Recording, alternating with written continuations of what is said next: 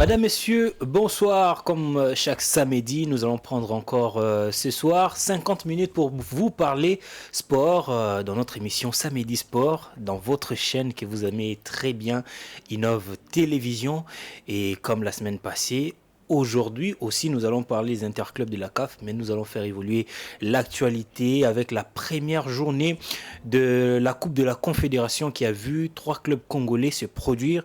On reviendra sur le résultat et le contour de ces 3 rencontres. Dans notre émission, nous allons parler de ces problèmes liés aux infrastructures en République démocratique du Congo, ce qui a contraint 3 de nos clubs. D'ailleurs, le club engage 2 engagés en Coupe de la Confédération et un club engagé en Ligue des Champions, de pouvoir choisir des infrastructures d'autres pays pour se produire pour le compte de leur match à domicile. On va en parler ici avec nos invités. Nous n'allons pas nous quitter sans pour autant penser à une légende. Il s'agit de Poutou Mabi Trésor qui a décidé de raccrocher ses crampons. On va parler de son parcours, de ce qu'il a eu à faire, de ce qu'il a eu à poser comme acte qui a peut-être resté marqué comme encre indélébile dans le football congolais. Et pour cela, nous avons fait appel à 2 analystes. Dieu merci Lusaku Mounou qui revient pour la première fois pour Samedi Sport, mais pour la deuxième fois au sein des Innov Télévision. Bonsoir. Bonsoir Joyce et bonsoir à tous les téléspectateurs d'Innov Télévision. C'est un grand plaisir de revenir cette fois-ci pour un nouveau format dans le cadre de Samedi Sport. Et je signale aux téléspectateurs que vous étiez parmi les gens qui ont inauguré ces plateaux en termes de sport. Justement. C'était pour 180 minutes pour Qatar. On parlait là de la qualification de l'RDC probable d'ailleurs pour la Coupe du Monde. Merci beaucoup d'être venu ce soir. Merci. Il nous revient d'Algérie. Grâce Yacoubama, bonsoir. Bonsoir Joyce et bonsoir aux téléspectateurs d'Innov. Un réel plaisir de se retrouver après voilà. plus d'un mois. Exactement, c'est un plaisir énorme de revenir ici à la maison et après avoir passé près de 3 semaines à l'extérieur du pays, vivre d'autres expériences. Et après la compétition, on est de retour, on est en forme pour repartir sur de bonnes bases. Ici, c'est chez Samedi Sport. Merci beaucoup, Grâce Yacoubama. On va donner la main à Dieu merci Lusaku Mounou pour lancer le débat de ce soir avec le TP Mazembe qui a débuté en pompe la phase de poule de la Coupe de la Confédération. 3-1, c'était le score final. Enfin, on peut respirer parce que cette équipe avait démontré certaines limites au niveau du championnat. Ils ont perdu face à des clubs, ils ont eu du mal à enchaîner des victoires. Mais je sens que la préparation qu'ils ont eue, les matchs amicaux qu'ils ont livrés en Zambie, mais également le recrutement qu'ils ont effectué avec la signature d'un attaquant, de nouveaux joueurs qui sont venus. Il y a une nouvelle dynamique qui est en train de prendre et on a vu que c'est un Mazembe qui garde bien le ballon, un Mazembe qui est bon dans les phases de transition et ils ont pu marquer le 3 buts. En tout cas, tous les 3 buts sont spectaculaires. J'ai retenu les buts de Patient Mwamba qui a marqué de l'extérieur de la surface de réparation, de très loin d'ailleurs, et qui figure parmi les plus beaux buts de la semaine de la CAF. Donc c'est une rencontre intéressante, mais il faudra conserver cette dynamique pour que l'on ne réchute pas, parce qu'ils nous ont en tout cas montré des mauvaises choses pendant le championnat tout à l'heure. Vraiment, le tout-puissant Mazembe, grâce à Obama, on peut dire à l'image du championnat d'Afrique des Nations, la formation louchoise nous a surpris avec cette victoire. Exactement, par rapport à ce que les Léopards ont montré au niveau de l'Algérie, et ce que le tout-puissant Mazembe a démontré le week-end dernier, c'est totalement différent. Le tout-puissant Mazembe, comme Dieu merci l'a dit, nous a proposé quand même une bonne image, contrairement à ce que l'équipe nous a montré au niveau du championnat. Mais moi, je vais parler du tout-puissant Mazembe, comme je l'avais dit quand l'équipe était éliminée au niveau de la Ligue des Champions, en disant qu'avec cette équipe, certes, il y avait des talents, mais il ne fallait pas être pressé, puisque le tout-puissant Mazembe était sur une phase de transition, d'où ça demande beaucoup de patience pour que la mayonnaise puisse prendre. Et aussi, vous avez un Pamphile Miayo qui est un révénant, qui n'était pas là au début de la saison. Donc, il ne fallait pas mettre beaucoup de pression sur l'entraîneur et pas aussi mettre beaucoup de pression sur l'effectif. Et aujourd'hui, on essaie quand même de comprendre que la mayonnaise a commencé à prendre avec Pamphile Miayo et ses hommes. Et le résultat est là, le 3-1 face à cette formation malienne. Donc, Real de Bamako. Donc, c'est une très bonne chose pour cette équipe. Il faudrait maintenant rester comme ça et ne pas aussi mettre de la pression sur le tout-puissant Mazembe. Mais je pense que, voilà, la Coupe de la Confédération, c'est une compétition où Mazembe n'était pas habitué à la jouer régulièrement, mais bon, c'est quand même les circonstances qui font en sorte que cette formation plutôt puisse se retrouver là, mais il ne faudrait pas beaucoup plus mettre de pression sur Mazembe, d'aller directement remporter le titre, d'autant plus qu'on sait que déjà l'équipe a posé énormément de problèmes au début de la saison. Nous ne sommes même pas au niveau de la deuxième partie de la saison ici au Congo, puisqu'on ne sait pas quand est-ce que le championnat va reprendre. Donc voilà, on ne sait pas si le championnat va reprendre, mais bon, on voit déjà Mazembe part très bien et déjà avec ces 3 points acquis à la maison, c'est une bonne chose pour le tout-puissant Mazembe. Une bonne chose parce que aussi on doit parler de ce prochain match du tout-puissant Mazembe, ça sera face à Young Africans. Un grand défi, surtout pour tous ces Congolais qui évoluent au sein de cette formation tanzanienne. Young Africans a perdu son premier match par 0-2, 2-0 on va le dire comme ça, et il va recevoir Mazembe. Mazembe a fait beaucoup de tours en Tanzanie sans pour autant ramener de bons résultats. Est-ce qu'au vu de la première journée, leur prestation, ça rassure quand même d'un bon résultat lors de la deuxième journée en Tanzanie? Je pense que le Young Africans, lorsqu'on regarde qui est le Congolais, je vais dire que c'est son qui constitue la colonne vertébrale de cette formation. On se trompe un tout petit peu. C'est le Young que tout le monde a censé devant Ibenge, mais on connaît la suite. Donc c'est quand même une équipe qui nous montre des belles choses au niveau du championnat, qui reste premier au niveau du championnat tanzanien, mais sur l'échiquier continental, jusque-là, personne ne peut me contredire, Young Africa n'a pas encore convaincu. Depuis la saison passée, donc après cette vague congolaise, on ne sait pas comment cette équipe n'arrive pas à poser ses 2 pieds sur les interclubs de la CAF. On va dire donc, face à Mazembe, c'est l'une des meilleures performances face à la phase de groupe. Exactement, l'une des meilleures performances, ça date de très longtemps de voir cette équipe se retrouver à ces stades de la compétition. Et face à Mazembe certes, c'est un nom, mais il y a aussi des Congolais de l'autre côté qui viendront rivaliser face à leur équipe du pays. Donc ce sera un derby aussi, si on peut se le dire ainsi, mais devant Mazembe reste un nom, mais Mazembe ne va pas paniquer face à Young Africans, d'autant plus qu'on sait ce que Young Africa est en train de montrer sur l'échiquier continental. Donc ça reste un bon match, mais ce n'est pas un match où on peut dire que Mazembe sera directement enterré sans pour autant le jouer sur les terrains. Moi, par contre, je sais pas, mais je vois Young Africans avec une petite avance sur Mazembe. Et surtout qu'ils vont jouer devant leur public, un public chaud. Et au-delà de ça, il y a un aspect lié à l'effectif. Tu sens que c'est une équipe, un effectif un peu plus mature, un peu plus expérimenté par rapport à Mazembe, qui est en majorité aujourd'hui composé des jeunes. Il y a dans l'animation offensive, ce sont plus de jeunes. Derrière, il y a certes Mondeko, mais qui a presque beaucoup gagné avec Mazembe, mais ce n'est pas l'ensemble de l'effectif qui est habitué au niveau. Alors, je penche en tout cas plus pour Young Africans, même si je sais que Mazembe peut nous ressortir un grand match, mais il faut aussi noter que depuis un moment, Mazembe ne gagne pas à l'extérieur. Si on regarde les saisons précédentes, ils ont du mal à faire ce qu'ils avaient l'habitude de faire, c'est-à-dire faire des bons résultats chez soi pour aller également surprendre l'adversaire à l'extérieur. Ils n'ont pas fait ça depuis bien longtemps. Et il faut voir aussi que c'est Milosevic, si je ne me trompe pas, qui est l'entraîneur de Nash, qui est un entraîneur qui connaît bien le football congolais parce qu'il est passé par Daring, je crois. Et il faut noter également qu'ils produisent un bon football. Même s'ils n'ont pas réussi face à cette équipe maghrébine dont le nom m'échappe. Mais face à Al Hilal, je crois avoir entendu l'entraîneur de Young Africans se poser la question, je ne comprends pas. Parce que vous jouez, finalement, à la fin, vous perdez.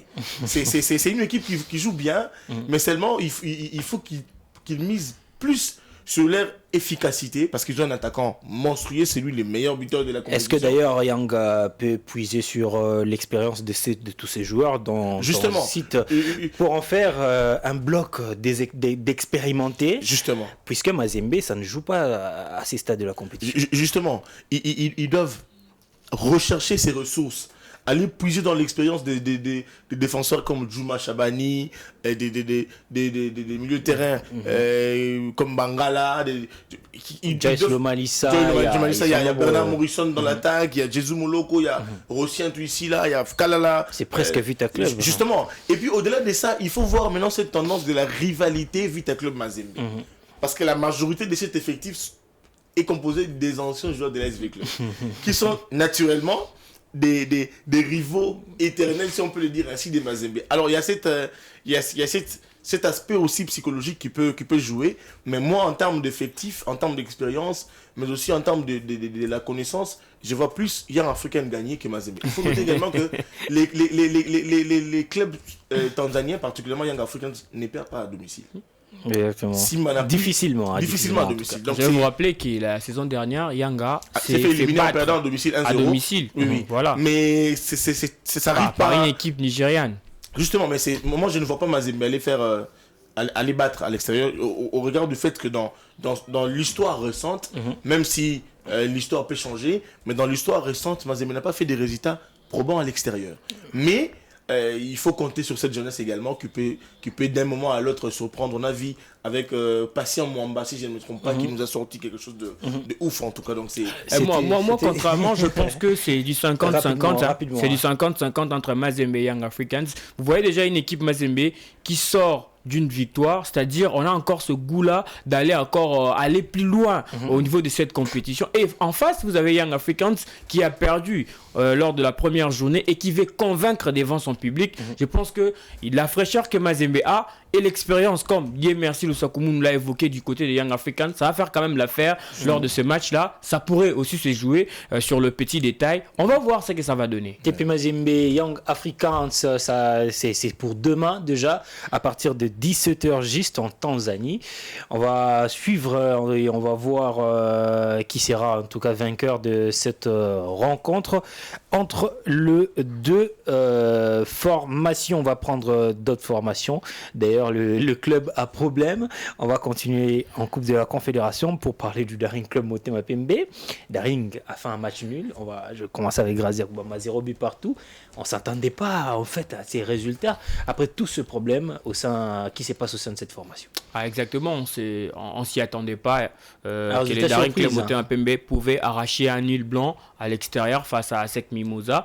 Mais bon, lorsqu'on regarde aussi le groupe du Daring Club Motema Pembe, déjà, moi personnellement, j'ai disais que la CAF a été un peu très clément envers le DSMP. Bon, ce n'est pas un tirage triqué, mais quand même le tirage au sort a été clément par rapport à la situation du Daring Club Motema Pembe et aussi les équipes que Daring va aborder, et déjà voir aussi le Daring qualifier certains joueurs dans son effectif pour affronter la Coupe de la Confédération. Là, ça donne quand même une lueur d'espoir pour cette formation de Kinshasa qui a bien géré quand même son match à l'extérieur du pays, bien que cette équipe va continuer toujours à jouer à l'extérieur du pays. Choisir Luanda, c'est une très bonne chose aussi pour cette équipe du Daring Club. Ils sont quand même loin de leur public, mais Luanda, c'est pas proche de Kinshasa. Non, mais il y a une très forte colonie congolaise. Il y a plusieurs Kinois qui se retrouvent à l'Angola. C'est pas un pays où les football non, au contraire, le basketball peut-être. Non. Au contraire, ce sont les Kinois qui habitent à Luanda qui suivent de près le football, la situation de notre football, surtout de notre sport en général, et qui accompagnent toujours nos équipes au niveau de Luanda. Par exemple, l'équipe nationale de la RDC quand elle est allée battre l'Angola, vous avez vu une forte mobilisation. Il y a plus de Congolais que d'Angolais au stade. Voilà, donc il y a vraiment de Congolais qui vont soutenir cette équipe au niveau de Luanda. Chapeau bas au Daring Club Motema Pembe qui a vraiment bien géré ce match. Certes, au-delà d'un match nul, il fallait quand même gagner pour encore faire rêver ses supporters, mais cela n'est pas arrivé. Les Daring a arraché un match nul. Bravo à cet effectif. Il faudrait maintenant travailler et aussi avoir un mental des guerriers, c'est-à-dire Luanda doit être transformé à Kinshasa, c'est-à-dire ce stade du 11 novembre doit devenir directement le stade de martyrs de la Pentecôte pour mieux aborder ces matchs à domicile. Donc, vous étiez surpris de ce résultat? 0 but partout face à la SEC. J'ai envie de dire, oh quel bon Dieu. Ce Daring est exceptionnel, permettez-moi de le dire ainsi. là où on ne l'attend même pas, c'est là où il surprend. Savez-vous que l'ASEC Mimosa joue un championnat régulier. Que l'on suit d'ailleurs sur une chaîne internationale que je ne citerai pas, et qui a des adversaires d'état. Ils jouent San Pedro, ils jouent Williamsville, ils jouent le Stade d'Abidjan, ils jouent des équipes qui sont en tout cas compétitives. Mais que fait le Daring? Entre-temps, le Daring n'a pas de compétition. Et la répercussion, on l'a vu pendant le CHAN, la Côte d'Ivoire nous a présenté une belle équipe. Une belle équipe avec un très beau football. C'est l'un des pays, en tout cas, qui, depuis des années, a des bonnes écoles de formation. Les Didan Daruna, les Kolo Touré, les Bakary Koné, tous ceux qui sont sortis de ces très belles écoles. Mais moi, je suis très surpris parce que Daring n'a pas de championnat. Daring a des sérieux problèmes que l'on connaît, on ne va pas les rappeler. Daring, après le CHAN, il vire certains joueurs qui ont de l'expérience aussi, qui pardonnent automatiquement. Qui n'ont pas participé selon eux à la préparation. Justement. Et après, il y a cette bonne nouvelle de la CAF qui permet quand même à Daring d'enregistrer ce joueur. Ils se sont préparés dans quelles conditions? Il y a l'entraîneur qui a été limogé, l'entraîneur qui a d'ailleurs qualifié l'équipe en phase de groupe. Et il prend un entraîneur qui m'a surpris de dire ces choses-là et ma tête va craquer. et finalement, ils vont en Côte d'Ivoire, ils font un résultat nul. C'est pas parfait. Quand vous faites un résultat nul, ça veut dire qu'il y a beaucoup de choses à améliorer. Mais dans ces conditions, dans ce contexte, dans cet environnement, on se dit, tiens, c'est qu'il y a quelque chose. Il faut investir dans cette équipe. Je demande aux dirigeants d'un club moto, aux supporters, de se réunir autour de cette équipe parce que réellement, elle prouve qu'il y a quelque chose. Et parce que jouer la SEC, c'est pas moindre. Veclub a perdu en 2018 en Côte d'Ivoire face à la SEC Mimosa. Et c'est la SEC, c'est pas n'importe quelle équipe. C'est une équipe où il y a du sérieux, où l'on recrute sérieusement. C'est l'une des grandes formations l'un des plus grands centres de formation je dirais d'Afrique. Et ça avec Sol Béni. Ils jouent, ils font machine. C'est très surprenant.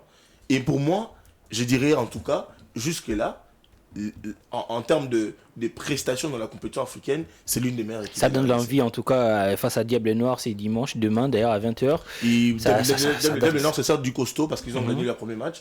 C'est du costaud, c'est du sérieux aussi. Mais l'avantage que nous avons, c'est que nous sommes frères. Et c'est un très bon derby parce qu'on se connaît bien. Diable Noir ne manque pas une bonne colonie congolaise dans son effectif. Donc c'est un très grand match et moi je crois que les Daring Club Moto. Et je comprends maintenant pourquoi Daring a choisi l'Angola comme terrain à domicile. Il n'a pas voulu aller se livrer au Brazzavillois. Et la plus grosse déception de la première journée, c'était cette formation où tout Congolais avait placé sa confiance après tout ce qu'il a eu à réaliser comme préparation. Les Saint-Éloi Lupopo a joué face à l'USM Alger. 3-0, on ne s'entendait pas à ces résultats venant en tout cas de Lupopo. Surtout c'est l'équipe peut-être si c'était les Daring, on pouvait comprendre, mais pas Lupopo quand même. Le club s'est bien préparé. Le club s'est bien préparé. Le club qui a vraiment aujourd'hui le moyen adéquat pour aller le plus loin possible. L'équipe qu'on sent qui a de la détermination. Lupopo avait rallié l'Afrique du Nord depuis avant même la fin du mois de janvier. Donc c'est-à-dire qu'il y avait vraiment du sérieux pour mieux aborder surtout s'acclimater parce que là-bas il fait très froid. Lupopo a joué à 20h, déjà à 20h au niveau d'Alger, il fait 8 degrés. Donc vous voyez, donc le contexte n'est pas le même qu'ici en République démocratique du Congo. Mais bon, d'après tout ça, Lupopo a perdu face à USM Alger, mais pas n'importe quelle équipe, puisque USM Alger a donné pas mal de joueurs à la sélection algérienne pour le championnat d'Afrique des Nations.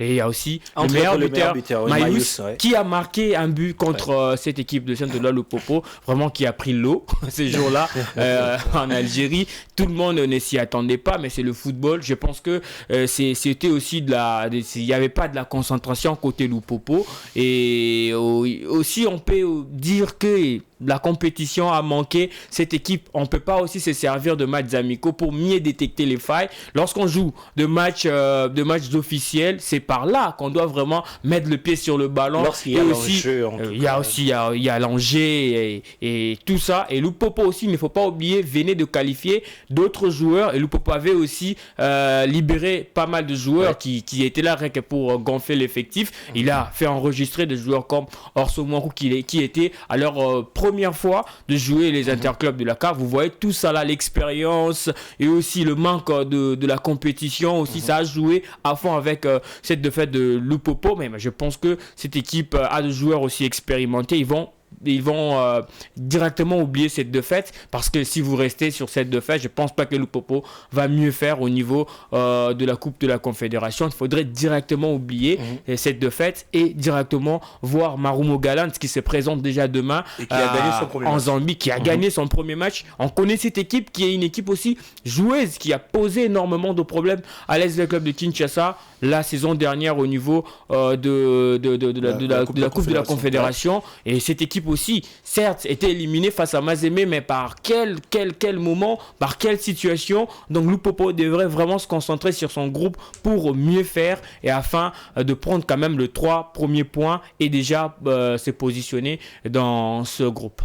Moi, je me pose des questions sur la planification dans nos équipes. Christian Braconi part, on prend Mamadou Mohamed Magasouba qui vient à temps. Il fait le recrutement qu'il fait. On joue la compétition africaine sans le championnat. Le championnat commence.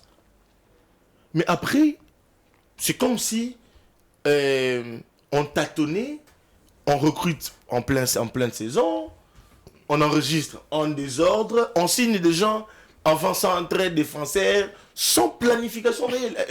Sur base de quoi le Popo a signé ses 5-6 derniers joueurs.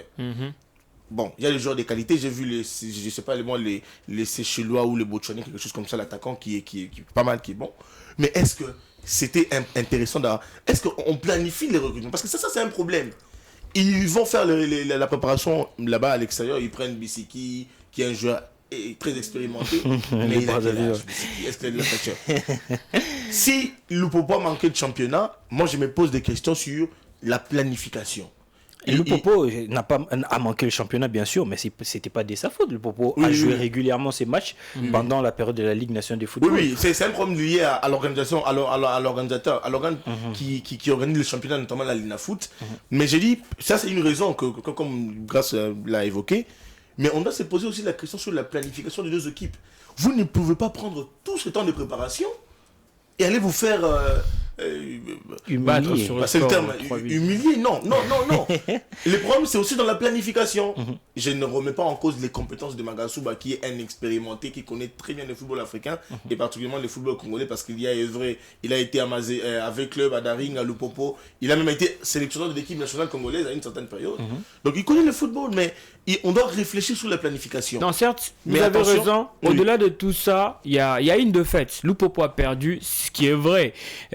Lupopo, contrairement au DSMP, le DSMP aujourd'hui, tout le monde félicite cette équipe par rapport au match nul. D'autant plus que l'équipe connaît plusieurs problèmes. Mais côté Lupopo, c'est totalement différent, puisqu'il y a de moyens. Donc il y a tout pour que Lupopo puisse aller le plus loin possible. Est-ce que Lupopo fait profiter aussi à son public? C'est ça aussi. J'aimerais aborder un point très important, Joyce. Allez rapidement, parce que c'est le temps vous voyez déjà Lupopo perdre une équipe qui a de moyens. Là aussi, la faute incombe aussi aux joueurs. Est-ce qu'il y avait vraiment de la détermination pour aller le plus loin possible dans ces matchs? Ici, il y a le climat qui a peut-être posé problème. Le climat, c'est une raison, mais déjà Lupopo était là, il y a 2 semaines avant. 2 semaines avant ce match. C'est insuffisant, Grâce. C'est insuffisant. Non, parce moi je que pense pour les inhabitués, c'est insuffisant. 2 semaines. Mais bon, c'est le football. Quand les Maghrébins viennent jouer ici à 14h, vous allez faire avec. Déjà, le contexte n'est pas le même. Ici, ils débarquent à 3 jours, à 2 matchs du match, et après, à 2 jours du match, ils font le match, ils font peut-être un match nul, ils vous battent à domicile, et puis ils prennent l'avion et ils repartent chez eux. Donc c'est aussi la même chose au-delà du du climat, au-delà de moyens, au-delà de tout, c'est la concentration qui doit primer au football. Le DSMP, tout le monde le félicite. Est-ce que le DSMP, en termes de moyens, on peut le comparer actuellement avec le Centre de Lupopo? Aujourd'hui, le Centre de Lupopo a presque tout. Maintenant, on ne peut pas seulement regarder l'entraîneur. Regardons aussi le joueur. Parce qu'ils sont mis dans les meilleures conditions possibles. Ils sont obligés de faire le meilleur résultat possible. Ils ont l'obligation de résultat. Moi, au-delà de ce fait, j'aimerais également parler de... Quand vous regardez ces matchs, vous sentez que il y a une certaine lourdeur. Il y a une certaine lenteur. On lit en retard. On n'est pas en train de lire à temps réel le jeu de l'adversaire.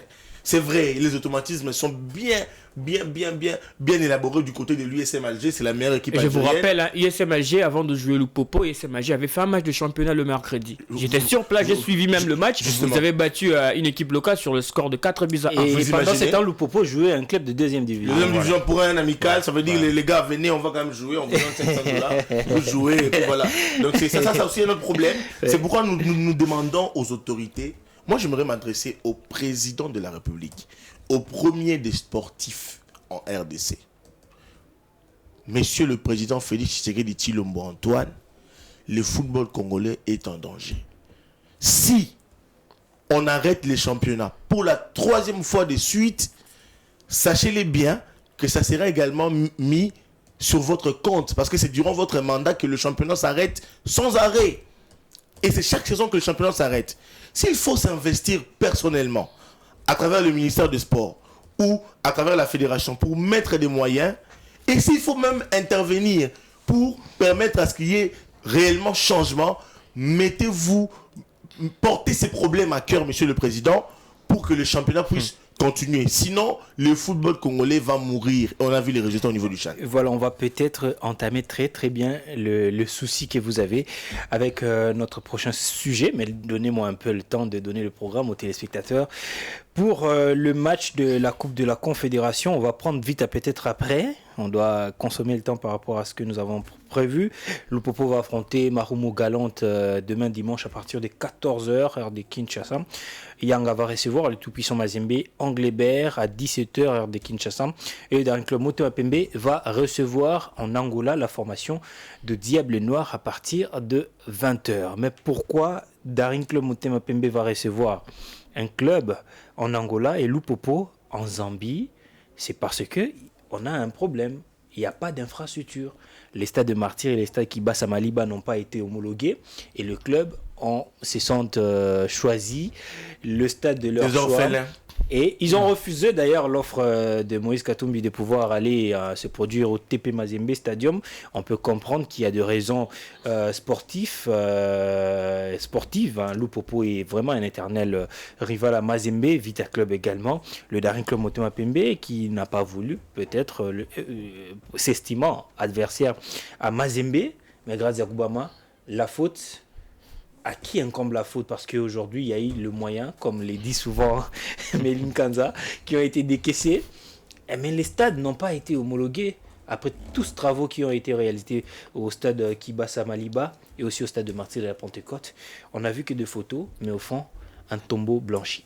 Exactement, ça fait très mal. Et surtout de voir nos clubs devenir des orphelins, des équipes devenir des SDF sans domicile fixe aujourd'hui, alors que la compétition africaine, les interclubs de la CAF, ils devraient le jouer à domicile, bénéficier de l'appui de leur public, parce qu'aujourd'hui aussi, si ces équipes-là quittent la compétition le plus tôt possible, ça sera aussi l'une des raisons majeures. Vous jouez vos matchs à domicile à l'extérieur, mais je ne sais pas comment nuancer, c'est là, mais c'est ça la plus grande raison à évoquer. Aujourd'hui, si on va dire que la faute incombe à l'État congolais, déjà le stade, c'est l'image d'un pays.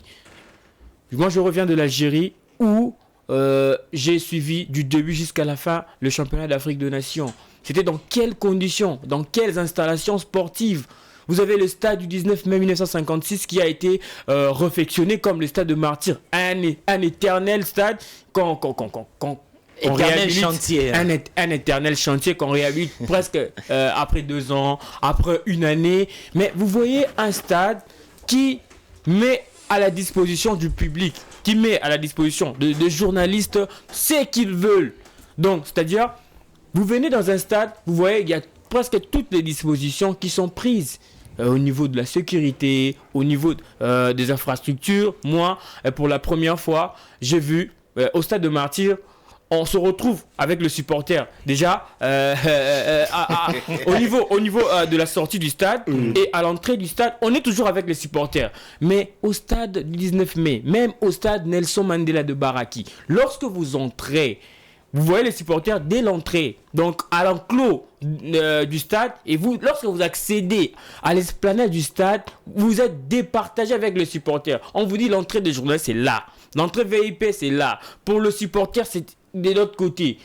Vous sentez que vous êtes dans un stade moderne, et alors que nous, on ne fait que réhabiliter, je ne sais pas, pour prendre des photos et mettre sur Internet, impressionner les gens, alors que la CAF n'est pas persuadée selon les conditions imposées. Aujourd'hui, on parle de l'emplacement même de sièges qui n'a pas été bien fait parce que la CAF existe tel. Mais comment on peut mettre ça? La tribune de presse également. La tribune de presse, on a fait une tribune côté de supporters du DCM. Je ne sais pas comment on va s'en sortir. Comment déjà les supporters vont accéder, les journalistes vont accéder au niveau de cette tribune. Je ne sais pas, on va accéder par quel moyen. Et lorsqu'il y aura échauffourée entre les supporters qui réclament peut-être la décision de l'arbitre, la première des choses qu'ils vont faire, ils vont s'attaquer aux journalistes. Ou carrément, il faudrait isoler tous ces secteurs-là. Mais lorsqu'on réhabilite le stade de Joyce Mukaya, il faudrait faire appel aux experts de la CAF FIFA pour qu'on puisse vous aider.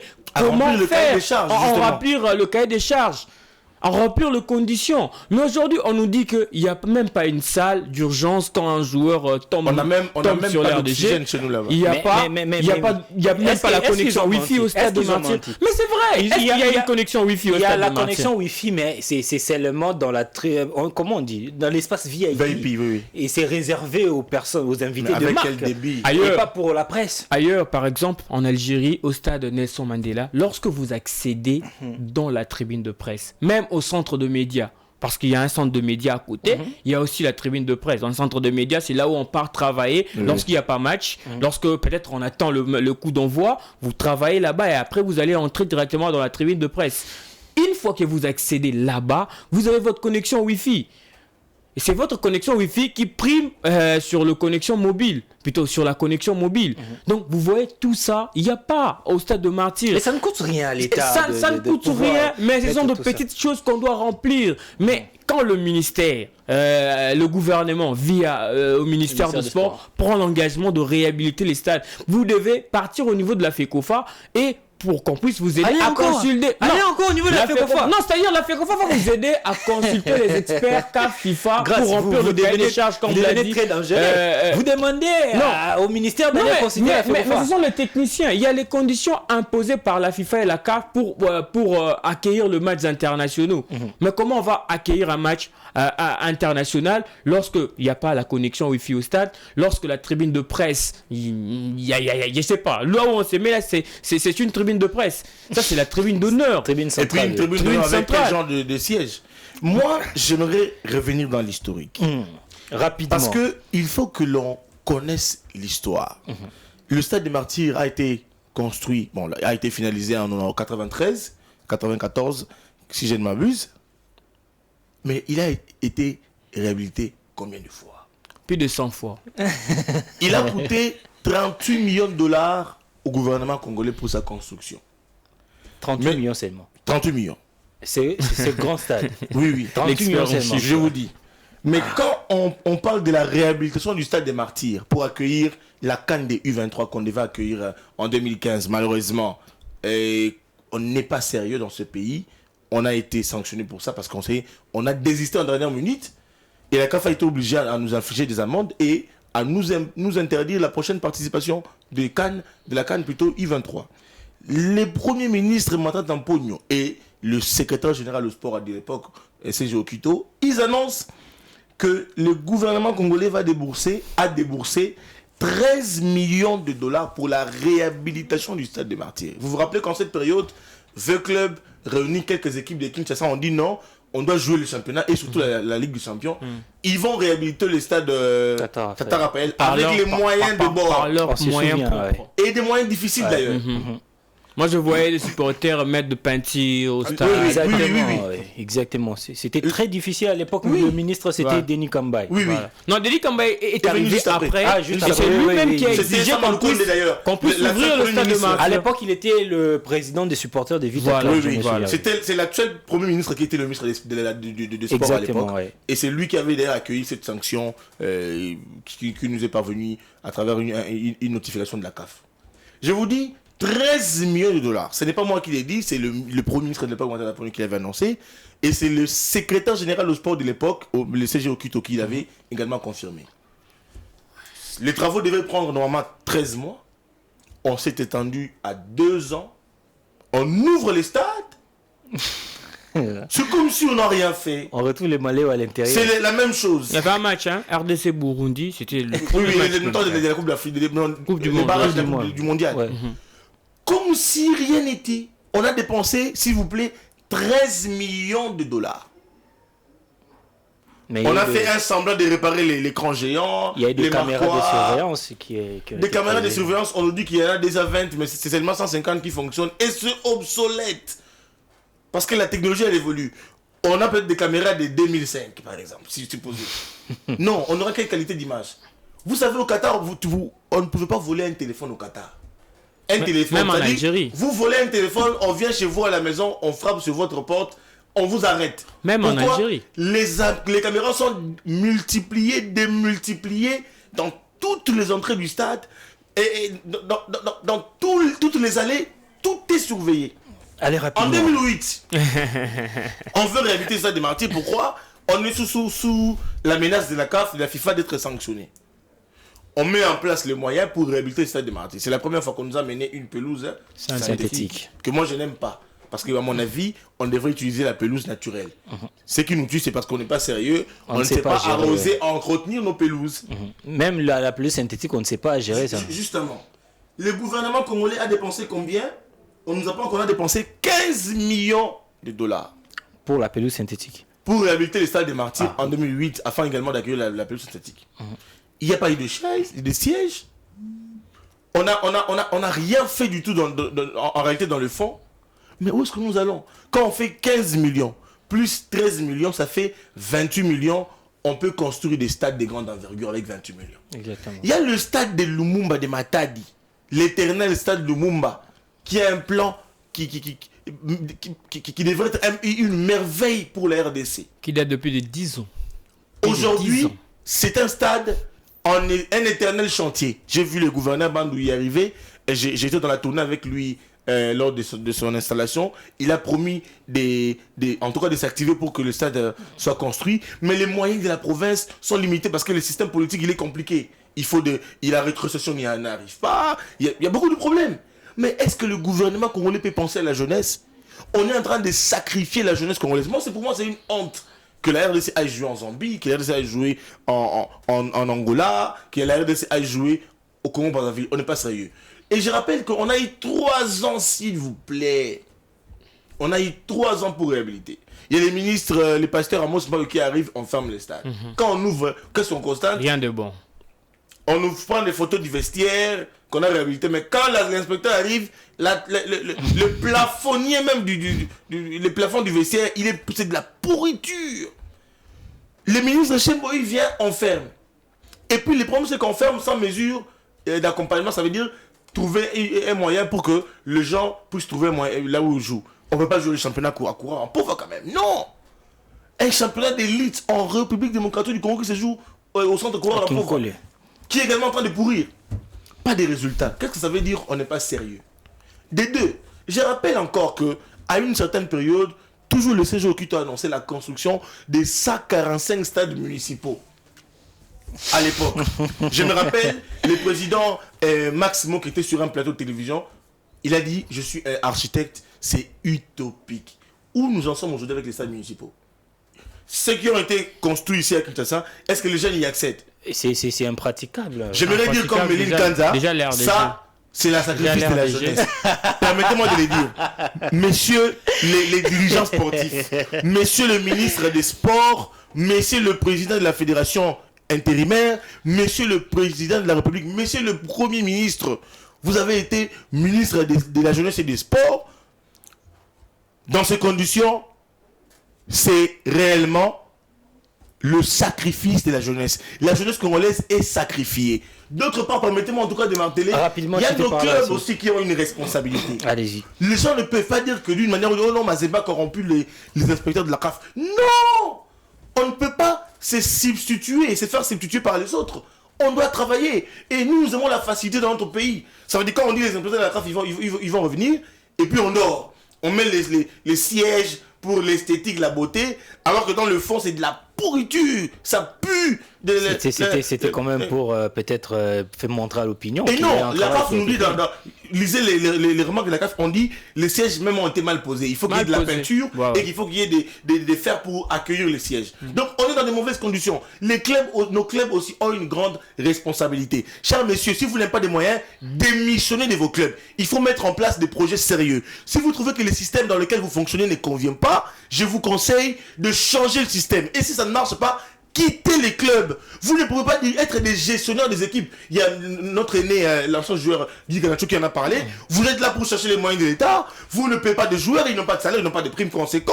Mais après, et vous venez réclamer que le gouvernement vous donne des moyens. Qu'est-ce que vous faites pour ces équipes-là? On a vu des gens comme les Abramovich, comme la famille qui gère Manchester United, ces Américains. Ils mettent des moyens. Les Qataris sont venus au Paris, ils mettent des moyens. Si vous n'en avez pas, laissez aucun club congolais aujourd'hui n'est en mesure de rivaliser, ne fût-ce qu'avec Young Africans, du point de vue marketing, du point de vue communication, du point de vue organisation, du point de vue formation. Ils ne peuvent pas. Pourquoi? Parce qu'on n'est pas sérieux. Dans nos clubs, il faut aussi que les supporters arrêtent cet esprit djaléliste qui incarne le Congolais. Il faut arrêter de chanter des gens qui ne font rien pour vos clubs. J'ai entendu un président dire « Je ferai de telle équipe les Barça de l'Afrique ». Où nous en sommes aujourd'hui? J'ai entendu même pas un centre d'entraînement. Alors il faut arrêter. Il faut arrêter. Monsieur le ministre, qu'est-ce que vous faites pour la construction des infrastructures des jeunes, l'encadrement de jeunes, vous êtes ministre de la jeunesse et des sports. Aujourd'hui, la jeunesse rentre dans le Koulouna. Hier, on a fait des talents qui ne pourrissaient pas, qui pouvaient être encadrés, qui pouvaient vivre du sport. Aujourd'hui, ils ne peuvent plus et ils sont devenus des Koulouna. Pas seulement dans le domaine du football, dans le basket, dans la boxe, dans le karaté. Qu'est-ce que vous faites pour l'encadrement de la jeunesse? On en a marre, il y en a marre en tout cas. Merci beaucoup, Dieu merci. On comprend que vous en avez marre, mais on doit quand même. Mais non, ça fait très mal lorsqu'on reste dans les infrastructures. Je vous donne la parole. Je vous donne la parole. Moi personnellement, je vous donne la parole grâce. Je sais que vous êtes aussi monté. Ok. Non, moi je suis pas monté comme Dieu merci. Mais lorsqu'on refuse l'offre de Mazembe, on dit que Mazembe a eu à corrompre les inspecteurs de la CAF. Moi, j'ai vu quelques images.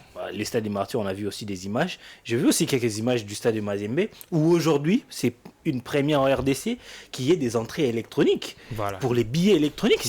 C'est de l'innovation. C'est une innovation. Alors pourquoi j'étais de pauvre sur Non. Moi, je ne pense pas que Mazembe peut corrompre les agents de la CAF pour homologuer son stade et au détriment du stade de Martyrs. Non, le stade de Martyrs ne remplit à aucun critère de la CAF. On voit des photos d'un agent de la CAF dans les installations hygiéniques. Non, mais c'était sale. Même au niveau de Facebook, on sent déjà. On sent déjà. Je sais pas ces gars-là comment il était sorti du stade pour rentrer là où il était. Il a souffert de la typhoïde. Non. Ça c'est pas une bonne image de la RDC. C'est pas une bonne image de Kinshasa. Donc on doit vraiment tout revoir parce que on dit que le stade au niveau du TP Mazembe on a quand même donné de l'argent aux agents de la CAF et tout. Est-ce que nous au stade de Martyrs nous avons même une salle de la conférence de presse? Ça n'existe pas, c'est pas éclairé? Il n'y en a pas. Il n'y a même pas une même pas pour les officiers de la CAF, s'il vous plaît. Mais je vous dis, Joyce, moi personnellement, j'étais à Annaba. Je suis parti à Alger. Je vous prends l'exemple du stade Nelson Mandela de Baraki à Alger. Construit récemment d'ailleurs. Récemment. Je prends l'exemple de la salle de la conférence de presse d'avant et d'après-match. Mais c'est comparable à la salle de conférence de l'hôtel du fleuve. Comparable. J'ai dit comparable en termes de construction. Vous voyez, du sérieux, ces gens-là mettent. Essayez de mettre ça au stade des Martyrs. On va faire louer ça pour des fêtes. Effectivement. Pour de fêtes. Mais Pardonnez-moi d'arracher la réponse. Ça fait très mal. Ça fait Le très stade des mal. Martyrs a accueilli des événements qui a ramené de l'argent. De l'argent, oui. À quoi sert cet argent? Chers gestionnaires du stade des Martyrs, dites-nous à quoi sert cet argent. Qui bouffe cet argent? Ces stades-là accueillent des matchs de loisirs chaque week-end. Et ça rapporte de l'argent. Il y a aussi les entraînements des équipes qui payent. Il faut, à mon avis, dépolitiser la gestion du stade des Martyrs. Il faut le remettre entre les mains des privés, à mon avis, pour que les choses soient sérieuses et que on mette en place un plan échelonné des réhabilitations d'entretien. Parce que finalement, on va réhabiliter, mais après, on gère ça comme la poubelle, comme on gère je sais pas moi, et puis finalement, on va retourner encore dans ces locaux, ce sera de la pourriture encore, on va donner de la fièvre typhoïde aux inspecteurs de la CAF. Non, n'entrez pas dans le temps de grâce, non, mais ça fait très mal lorsque on part à l'extérieur où on voit les conditions qui sont réunies, même pour nous, journalistes des autres pays. Et lorsqu'on arrive chez nous au pays, et ça ne répond à aucun critère et ça fait très mal. Tout ce que Dieu merci a dit, il n'a pas tort. Il a totalement raison que ceux-là qui dirigent, s'ils savent qu'ils n'ont pas le moyen, s'ils n'ont pas aussi de l'intelligence pour gérer, ils doivent carrément démissionner. Je vais prendre l'exemple de notre ministre de Sport. Il était avec nous à Annaba. Il a vu la tribune VIP. Il a quand même vu ces stades qui a accueilli le championnat d'Afrique des Nations. Ce n'est pas son premier jour. Lorsqu'il voyage et il voit même les conditions de l'autre côté, pourquoi pas exiger cela ici? Lorsque vous réhabilitez quand même, exigez ces mêmes conditions ici. Parce que ça va de l'image du pays. Ça va de l'image même du mandat du chef de l'État. Justement. Et Dieu merci disait un truc et une chose qu'il n'a pas peut-être achevé, que une partie de la responsabilité revenait aussi au public, aux supporters, parce que lorsqu'on met à votre disposition ces gens d'infrastructures, mais là c'est une autre chose de casser, d'exprimer votre colère. On a toujours condamné ces actes de vandalisme dans nos stades. On a toujours fait cela, mais en premier lieu, l'État doit d'abord prendre en charge pour réhabiliter, nous proposer d'abord des belles infrastructures sportives. Et après, pour sanctionner, c'est pas facile. C'est facile. C'est facile pour sanctionner. Il est possible d'identifier qui a semé le trouble. Oui, mais justement, on le voit en Angleterre. Une personne pour brandir de l'insulte raciste pendant une rencontre. Après 2 jours, on l'identifie à travers des caméras de surveillance que nous n'avons pas. Vous voyez. Donc, pour sanctionner, c'est facile. Pour que votre club puisse jouer même 30 matchs à huis clos, c'est facile. Oui. C'est facile. Mais proposez-nous d'abord de belles infrastructures qui conviennent aux exigences de la CAF. C'est ce que on a montré aux experts CAF et FIFA. On avait dit qu'ils vont arriver, ils vont inspecter, parce que la liste que la CAF avait envoyée pour les stades homologués, capables d'accueillir les rencontres internationales, il n'y avait pas le nom du stade de Martyrs, il n'y avait pas aussi celui du stade Tout-Puissant Mazembe. Quand on a inspecté, on a vu que le stade Tout-Puissant Mazembe, ça répond aux normes. Et le stade de Martyrs, et moi, ça fait très mal. Je pense que le travail qui a été fait au stade Kibasa Maliba devrait être encensé. Oui. Puisque là-bas, il a manqué certains détails. Il y a un problème d'architecture et de la pelouse. Et ça peut être réglé dans un modèle. C'est un exemple à suivre. Si on peut faire un travail pareil je crois en 3 mois. C'était un temps record. Un temps record comme ça veut dire que... Un travail qui a pris plus d'une année pour le stade de Martyrs. Avec de la volonté, on peut mieux faire. Mais il y a un problème lié à l'architecture. Rapidement. Parce que c'est un stade qui a été conçu dans les années 40, je sais pas moi. Donc l'architecture aujourd'hui ne répond plus, mais on peut l'adapter.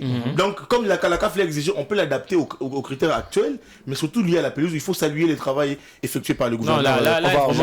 On sent de la volonté, mais chers dirigeants, s'il vous plaît, ce que vous voyez à l'extérieur, ce que vous voyez non mais ça me fait très mal de le dire en fait.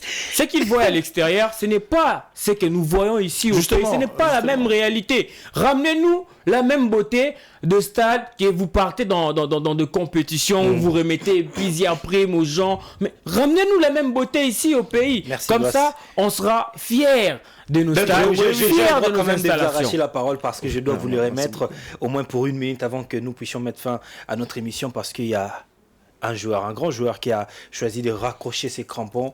Et lui, ce joueur a réussi 11 Linafoot, des Ligues de Champions, 2 Coupes de la Confédération, une Super Coupe de la CAF, un trophée du championnat d'Afrique des Nations. C'est le seul joueur congolais qui a réussi lors d'une saison à être sacré meilleur buteur en Ligue des Champions et en Coupe de la Confédération. Il a laissé un style, même au niveau de ses cheveux, aux jeunes joueurs, un style, même au niveau de sa célébration de but. Il a également laissé un dossard.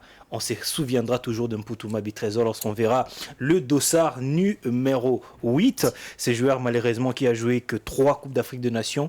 Et pour ce 3 CAN, il a réussi à marquer 2 buts, 0 passe décisive. Il a réussi à marquer un but lors d'un CHAN, la seule participation qu'il a eu lors d'un championnat d'Afrique des Nations, 0 passe décisive également. Lui, c'est jeune, Mputu Mabi Trésor, soldat. Il est aussi le meilleur buteur de l'histoire des interclubs de la CAF avec 56 buts. J'allais arriver là.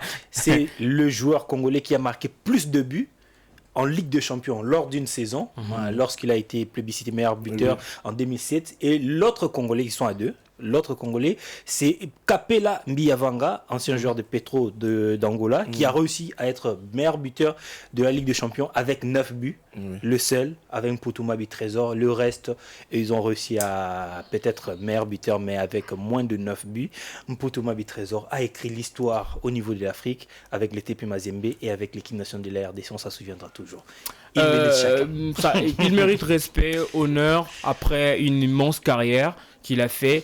Vous avez presque tout dit, mais moi je vais aller au niveau de témoignages. Je vais prendre un témoignage de Ben Malango qui m'a dit personnellement, si aujourd'hui je mets le dossard numéro peut-être 28, parce que le 8 là, ça représente Trésor. Parce qu'ils ont aussi le même origine. Parce que tout Trésor, voilà, de Jacques Trésor est aussi. C'est mon vieux d'abord de Tchangou, et aussi c'est lui qui m'a donné le goût de jouer au football. Et c'est parce que si aujourd'hui je mets ces numéros.